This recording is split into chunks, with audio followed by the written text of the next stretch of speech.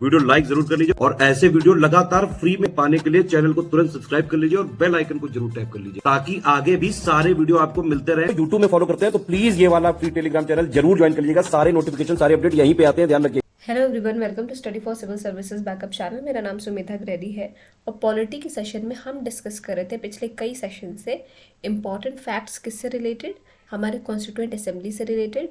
फिर हमने डिस्कस किया था हमारा जो इमरजेंस हुआ था कॉन्स्टिट्यूशन का, उसका बेसिक स्ट्रक्चर का फ्रेम कैसे हुआ था, ठीक है, उसका बेसिक स्ट्रक्चर फॉर्म कैसे किया गया था, क्या क्या की पॉइंट्स इंपॉर्टेंट थे, उन सारी चीज़ों को हमने लास्ट के कुछ सेक्शन में डिस्कस किया।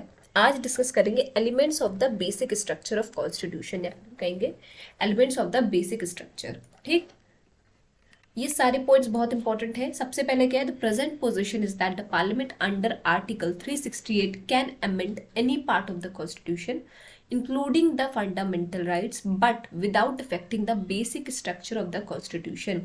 कल भी हमने जो है पिछले सेशन में भी इस लाइन को जो है पढ़ा था क्या, कि पार्लियामेंट आर्टिकल 368 के तहत कोई भी पार्ट संविधान का क्या कर सकती है, अमेंड कर सकती है, चेंज कर सकती है, हटा सकती है, इंक्लूडिंग फंडामेंटल राइट्स, हमारे मौलिक अधिकारों को भी उसमें ऐड ऑन कर दिया गया है कि उनके साथ साथ उनको भी हटाया जा सकता है, अमेंड किया जा सकता है। पर वो मौलिक अधिकार या वो ऐसा कोई भी लॉ जो हमारे basic constitution, basic structure of the constitution को, हमारे संविधान के बेसिक स्ट्रक्चर को जो है अगर वो अफेक्ट करता है तो वो पार्लियामेंट के हाथ में नहीं है, वो पावर नहीं दी गई है कि तब भी वो उसे अमेंड कर सके। ठीक, However, the Supreme Court is yet to define or clarify as to what constitutes the basic structure of the Constitution. अब सुप्रीम कोर्ट को अभी भी क्या बताना है कि क्या क्या चीज़ें मिलकर क्या बनाती है हमारा basic structure of the constitution, मतलब क्या क्या पॉइंट्स उसमें आने चाहिए। From the various judgments, the following have emerged the basic features of the Constitution or elements of the basic structure of the Constitution.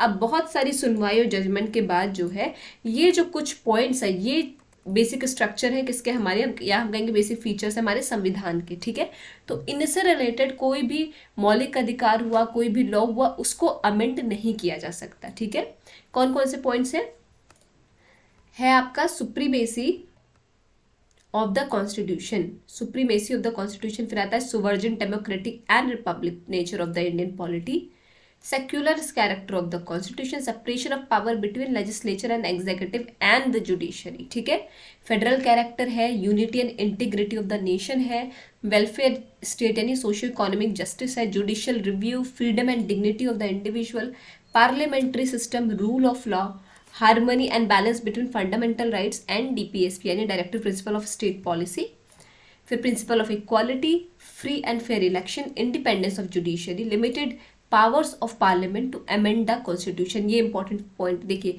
Power parliament के पास कितनी limited है, वो एक हद तक ही क्या कर सकती है, अमेंड कर सकती है संविधान को। Effective access to justice, principle और essence underlying fundamental rights, power of Supreme Court under article 32, 136, 141 और 1426।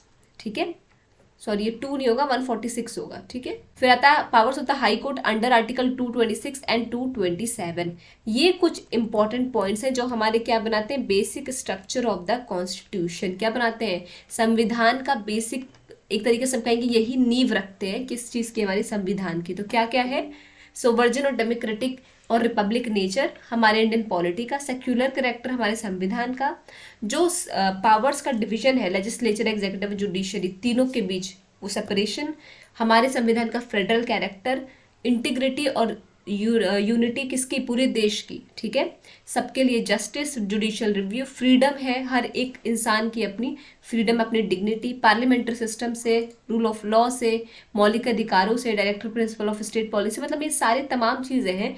इन सबको मिला के क्या बनता है हमारा basic structure of the constitution. और अगर कोई भी लॉ या फिर कोई भी मौलिक अधिकार जो इससे जुड़ा हुआ है, इन सारे पॉइंट से, उसको अमेंड करती है पार्लियामेंट, तो ये उसके पास अधिकार नहीं है।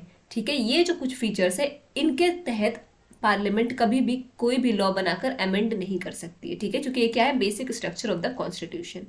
ठीक, आई होप आपको समझ में आया होगा। कोई भी डाउट हो तो प्लीज़ कमेंट सेक्शन में कमेंट करके जरूर बताइएगा। और अभी तक अगर आपने चैनल को लाइक शेयर सब्सक्राइब नहीं किया तो प्लीज़ कीजिए, बेल बटन को प्रेस करना ना भूलिए। Thank you so much for watching.